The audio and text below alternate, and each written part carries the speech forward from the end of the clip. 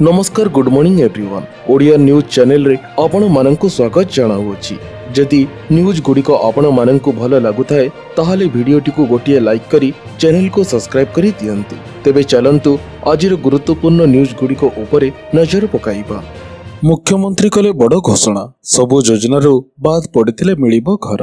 तेबे पंचायत राज मंत्री रवि नायक एक बड़ सूचना देई अछंती। सबु योजनारू बाद पड़िथिले अंत्योदय योजना रे घर मिलिबो बोली मंत्री कही अछंती।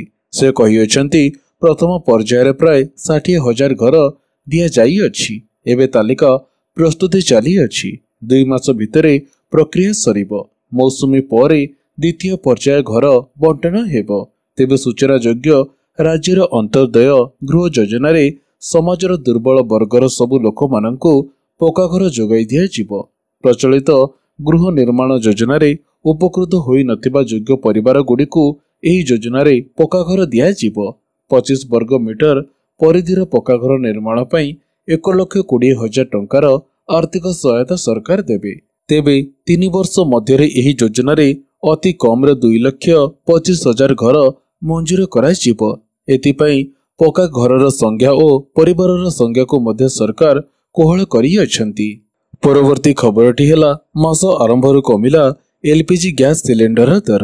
तेबे नुआ मासर प्रथम दिन रे ग्राहकों को मिलियोछि एक बड़ खुशी खबर। तैल कंपनी माने 19 किलोग्राम वाणिज्यिक एलपीजी सिलेंडर मूल्य रे 24 टंका कम करी अछंती। एही नुआ मूल्य 1 जून 2025 ठारू लागू होई अछि। तेबे 14.2 किलोर घरोई एलपीजी सिलेंडर मूल्य रे कोनोसी परिवर्तन होई नाही। दिल्ली रे 19 किलो वाणिज्यिक एलपीजी सिलेंडर मूल्य 1776 टंकारु ह्रास पाई 1751 टंका 50 पैसा होई अछि। अन्य शहर मानकरे मध्य मूल्य कमी अछि, जा होटेल रेस्टोरेंट एवं अन्य व्यवसाय पई रिलीफ आनिबो। उदाहरण स्वरूप कोलकाता रे नुआ मूल्य 1861 टंका, मुंबई रे 1704 टंका 50 पैसा एवं चेन्नई रे 1917 टंका रही अछि। एही मूल्य ह्रास व्यवसायियों पई खुशीर खबर होइतिबा बेले घरोई ग्राहक मानक पई मूल्य अपरिवर्तित रही अछि। ओडिशा रे विशेष करी भुवनेश्वर एवं अन्य शहर रे वाणिज्यिक ग्राहक माने एही रियायतर लाभ उठाई पारिबे। परवर्ती खबरटी हेला जून मासरे समुदाय 12 दिन बंद रहिबो बैंक। जल्दी सारी नियंतु आपनकर जरूरी काम।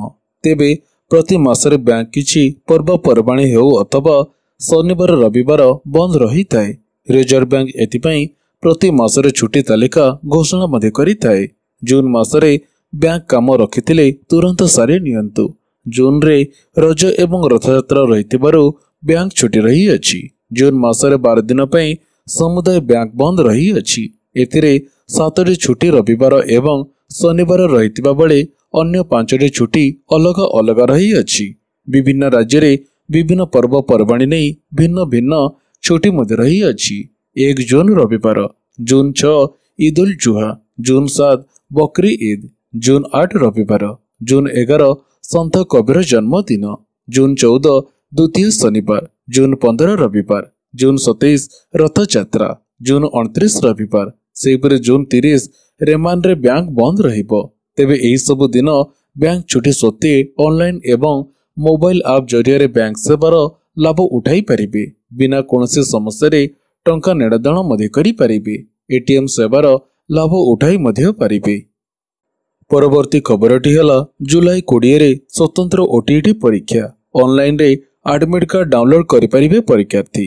तेबे कार्यरत शिक्षकंक लागि स्पेशल ओटीईटी परीक्षा आसंता जुलाई 20 तारिख रविवार अनुष्ठित हेबो।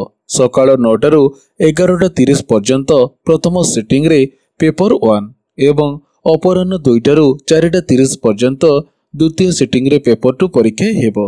परीक्षार्थी माननकु ऑनलाइन रे एडमिट कार्ड जोगाई दिया जिवो बोली माध्यमिक शिक्षा परिषद बोर्ड पक्षरु सूचना दिया जाई अछि। दिव्यांग छात्र छात्री जो माने पढ़ी पारिबे नाही किंबा लेखि पारिबे नाही सेमाने आवश्यक कागज पत्र सहित परीक्षार 4 दिन पूर्वरु निज निज परीक्षा केन्द्रर सुपरिटेंडेंट सहित जोगाजोग मध्य करि पारिबे। आवश्यक स्थले सुपरिटेंडेंट उक्त परीक्षार्थी परीक्षा लेखिबाकू जड़े सहायक ଅନୁମତି ମଧ୍ୟ ଦେଇପାରିବେ। ତେବେ ସୂଚନାଯୋଗ୍ୟ ଯେ ପ୍ରାଥମିକ ବିଦ୍ୟାଳୟ ସ୍ତରରେ କାର୍ଯ୍ୟରତ ଶିକ୍ଷକ, ଗଣଶିକ୍ଷକ ଓ ଅନୁଦାନ ପ୍ରାପ୍ତ ସ୍କୁଲ ସମେତ ସ୍ୱୀକୃତ ପ୍ରାପ୍ତ ଅନ୍ୟ ଘରୋଇ ବିଦ୍ୟାଳୟର ଶିକ୍ଷକମାନେ ଓଟିଇଟି ପାସ୍ କରିପାରୁନଥିବାରୁ ବିଦ୍ୟାଳୟ ଓ ଗଣଶିକ୍ଷା ବିଭାଗର ନିର୍ଦ୍ଦେଶ କ୍ରମେ ବୋର୍ଡ ପକ୍ଷରୁ ସ୍ପେଶାଲ ଓଟିଇଟି ଆୟୋଜନ କରାଯାଇଅଛି। ଶିକ୍ଷକମାନଙ୍କୁ ବୋର୍ଡ ୱେବସାଇଟରେ ଆବେଦନ ଲାଗି ସୁଯୋଗ ଦିଆ ମଧ୍ୟ ଯାଇଅଛି। ପରବର୍ତ୍ତୀ ଖବରଟି ହେଲା ଓଡ଼ିଶାରେ ଆଜି ପୁଣି 3 ନୂଆ କରୋନା ଆକ୍ରାନ୍ତ ଚିହ୍ନଟ, ସଂଖ୍ୟା ହେଲା 12କୁ ବୃଦ୍ଧି। ତେବେ କୋଭିଡ-19 ପୁଣି ଥରେ ସାରା ଭାରତରେ ମୁଣ୍ଡ ଟେକିବା ଆରମ୍ଭ କରିଅଛି। ଏଣେ ଓଡ଼ିଶାରେ ଆଜି ପୁଣି 3 ନୂଆ କରୋନା ଆକ୍ରାନ୍ତ ଚିହ୍ନଟ ହୋଇଅଛନ୍ତି। ଏନେଇ ରାଜ୍ୟ ଜନସ୍ୱାସ୍ଥ୍ୟ ନିର୍ଦ୍ଦେଶକ ନୀଳକଣ୍ଠ ମିଶ୍ର ସୂଚନା ଦେଇଅଛନ୍ତି। ଏହା ଫଳରେ ରାଜ୍ୟରେ ଏବେ କରୋନା ଆକ୍ରାନ୍ତଙ୍କ ସଂଖ୍ୟା 12ରେ ପହଞ୍ଚିଅଛି। ତେବେ ଜଣେ କରୋନା ଆକ୍ରାନ୍ତଙ୍କର ମୃତ୍ୟୁ ଘଟିଥିବା ନେଇ ସ୍ୱାସ୍ଥ୍ୟ ବିଭାଗ ପାଖରେ ଖବର ଅଛି ଓ ଏନେଇ ଯାଞ୍ଚ କରା ମଧ୍ୟ ଯାଉଅଛି। ଭାରତରେ ପୁଣି ଥରେ କରୋନା ଭାଇରସ ମାମଲା ବୃଦ୍ଧି ପାଉଅଛି। ଫଳରେ ରାଜ୍ୟଗୁଡ଼ିକୁ କୋଭିଡ ପରୀକ୍ଷା ବୃଦ୍ଧି ଏବଂ ହସ୍ପିଟାଲ ବେଡ୍ ପ୍ରସ୍ତୁତି ଭଳି ପ୍ରତିରୋଧକ ପଦକ୍ଷେପ ନିଆଯାଉଅଛି। ଏବେ ଜାଣିବାକୁ ମିଳିଅଛି ଯେ ପ୍ରାଥମିକ ସ୍ତରରେ ଆକ୍ରାନ୍ତମାନେ ଜ୍ୱର ଓ ଡାଇରିଆରେ ପଡୁଅଛନ୍ତି। ସେହି କାରଣରୁ ଏହିଭଳି ଲକ୍ଷଣ ଦିଶିଲେ ତୁରନ୍ତ କରୋନା ପରୀକ୍ଷା କରାଇବା ମଧ୍ୟ ଉଚିତ। ପରବର୍ତ୍ତୀ ଖବରଟି ହେଲା ୟୁପିଆଇ ଓ ଏଟିଏମ୍ରୁ ଖୁବ୍ ଶୀଘ୍ର ଉଠାଇ ପାରିବେ ପିଏଫ୍ ଟଙ୍କା। ତେବେ ଖୁବ୍ ଶୀଘ୍ର ୟୁପିଆଇ ଏବଂ ଏଟିଏମ୍ରୁ ସିଧାସଳଖ ଟଙ୍କା ଉଠାଇ ପାରିବେ ଇପିଏଫ୍ ଉପଭୋକ୍ତା। କର୍ମଚାରୀ ଭବିଷ୍ୟ ନିଧି ପାଣ୍ଠି ସଂଗଠନ ଏନେଇ ଜୋରଦାର ପ୍ରସ୍ତୁତି ଚଳାଇଅଛି। ଗଣମାଧ୍ୟମ ରିପୋର୍ଟ ଅନୁସାରେ ଇପିଏଫ୍ଓ 3.0ର ବ୍ୟବସ୍ଥା ଅନୁସାରେ କର୍ମଚାରୀମାନଙ୍କୁ ଖୁବ୍ ଶୀଘ୍ର ଏଟିଏମ୍ ଏବଂ ୟୁପିଆଇରୁ ସିଧାସଳଖ ପିଏଫ୍ ଟଙ୍କା ଉଠାଇବାର ସୁବିଧା ମିଳିବ। ଇପିଏଫ୍ଓ 3.0 ଅଧୀନରେ ପିଏଫ୍ ଖାତାଧାରୀଙ୍କୁ ଉଠାଣ କାର୍ଡ ପ୍ରଦାନ କରାଯିବ। ଏହା ସମ୍ପୂର୍ଣ୍ଣ ରୂପେ ବ୍ୟାଙ୍କ ଏଟିଏମ୍ କାର୍ଡ ଭଳି ରହିବ। ନୂଆ ସୁବିଧା ଅନୁସାରେ ଏକ ନିର୍ଦ୍ଧାରିତ ରାଶି ଧାର୍ଯ୍ୟ କରାଯିବ, ଯାହାକୁ ଉଠାଣ କରାଯାଇପାରିବ। ଏହାଦ୍ୱାରା କର୍ମଚାରୀ ଆପାତକାଳରେ ତତ୍କାଳ ଟଙ୍କା ଉଠାଇ ମଧ୍ୟ ପାରିବେ। ଏହା ସହିତ ଅବସର ପରେ ବି ପର୍ଯ୍ୟାପ୍ତ ରାଶି ଆକାଉଣ୍ଟରେ ସୁନିଶ୍ଚିତ ମଧ୍ୟ ରହିବ। ପରବର୍ତ୍ତୀ ଖବରଟି ହେଲା ଭାରତ ଆସିବାକୁ ଥିବା ବୁଲେଟ୍ ଟ୍ରେନ୍ର ହେଲା ଟ୍ରାଏଲ୍ ରନ୍। ତେବେ ହାଇସ୍ପିଡ୍ ବୁଲେଟ୍ ଟ୍ରେନ୍ ସେବା ପ୍ରଚଳନ ଦିଗରେ ଭାରତ ଆଉ ଏକ ପାଦ ଆଗେଇଅଛି। ଭାରତରେ ମୁମ୍ବାଇ ଓ ଅହମ୍ମଦାବାଦ ମଧ୍ୟରେ ଚାଲିବାକୁ ଥିବା ବୁଲେଟ୍ ଟ୍ରେନ୍ର ଟ୍ରାଏଲ୍ ରନ୍ ଜାପାନରେ ଆରମ୍ଭ ହୋଇଅଛି।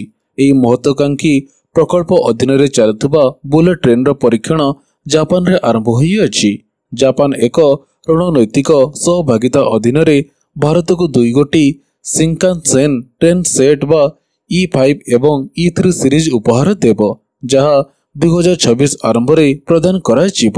ଏହି ଟ୍ରେନ୍ ଘଣ୍ଟା ପ୍ରତି 320 କିଲୋମିଟର ବେଗରେ ଚାଲିବାକୁ ସକ୍ଷମ ମଧ୍ୟ ରଖିବ।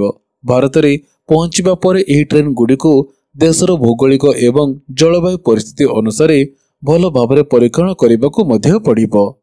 ପରବର୍ତ୍ତୀ ଖବରଟି ହେଲା ବଢ଼ିଲା ଓମଫେଡ୍ କ୍ଷୀରର ଦର, ଲିଟରକୁ 2 ଟଙ୍କା ହେଲା ଅଧିକ।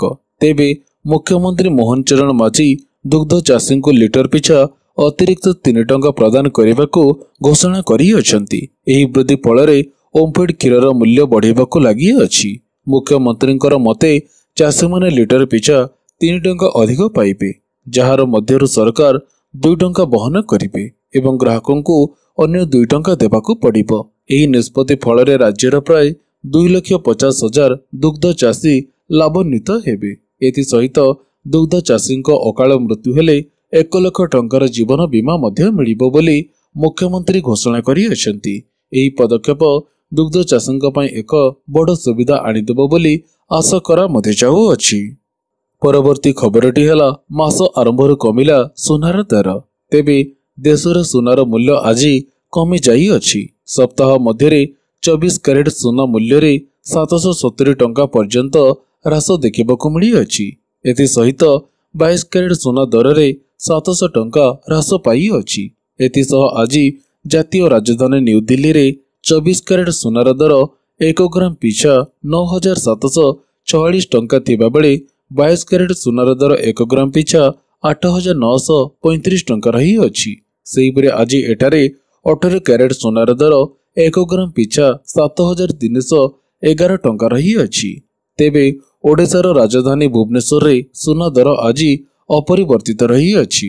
आज 22 कैरेट सुनार दर 10 ग्राम पिछा 89,200 टंका रहितिबा बेले 24 कैरेट सुनार दर 10 ग्राम पिछा 97,310 टंका रही अछि। सेहिपरि 18 कैरेट सुनार दर 10 ग्राम पिछा 72,990 टंका रही अछि। परवर्ती खबरटी हेला बारंबार ऑनलाइन रे बैंक बैलेंस चेक करुथिले होई जांतु सावधान। तेबे यूपीआई पेमेंट आमे तार बहुल व्यवहार करिताउ। सकाळु राति जाए प्रति क्षेत्र रे अधिकांश लोक एथिरे अभ्यस्त होई सारलाणी। एटीएम को जाई टंका उठाइबा बा बैलेंस चेक करिवार टेंशन एबे धीरे धीरे कमी गलाणी, कारण आमे समस्ते घर बसी बैंक रे केते बैलेंस अछि ताहा जानी पारंती, किंतु एबे मन इच्छा अकाउंट जांच करि पारिबे नाही, जाहाकु नै चर्चा जोर धरिबारे लागि अछि। ऑनलाइन पेमेंट ऐप जेपरिक फोन पे, गूगल पे, पेटीएम नुआ नियम लागू हेबाकु जाऊ अछि। एनसीसीआई एही प्रतिबंधक लगाइबाकु जाऊ अछि। सूचना अनुसार यूपीआई उपर अधिक लोड पड़ुतबारु नेटवर्क को फ्री करिबा पई एही निष्पत्ति निया जाई अछि। एनै बैंक माननकु निर्देशनामा जारी करा मते जाई अछि। आपण जदि प्रत्येक दिन ऑनलाइन रे बैलेंस चेक करूछंती ताले होई जांतु सावधान, कारण बारंबार बैलेंस चेक कले फाइन देबाकू पड़िबो। दिनको मात्र 50 थर ऑनलाइन रे बैलेंस चेक मधे करि पारिबे। तेबे मु आशा करूअछि आजिर एही गुरुत्वपूर्ण न्यूज गुड़िक आपण माननकु निश्चित भाବରେ भलो मते लागिथिबो। तेबे पुणी देखा हबो एही भली किछि लेटेस्ट अपडेट सहित। सेतेबेले पर्यंत विदाय दियंतु। जय जगन्नाथ।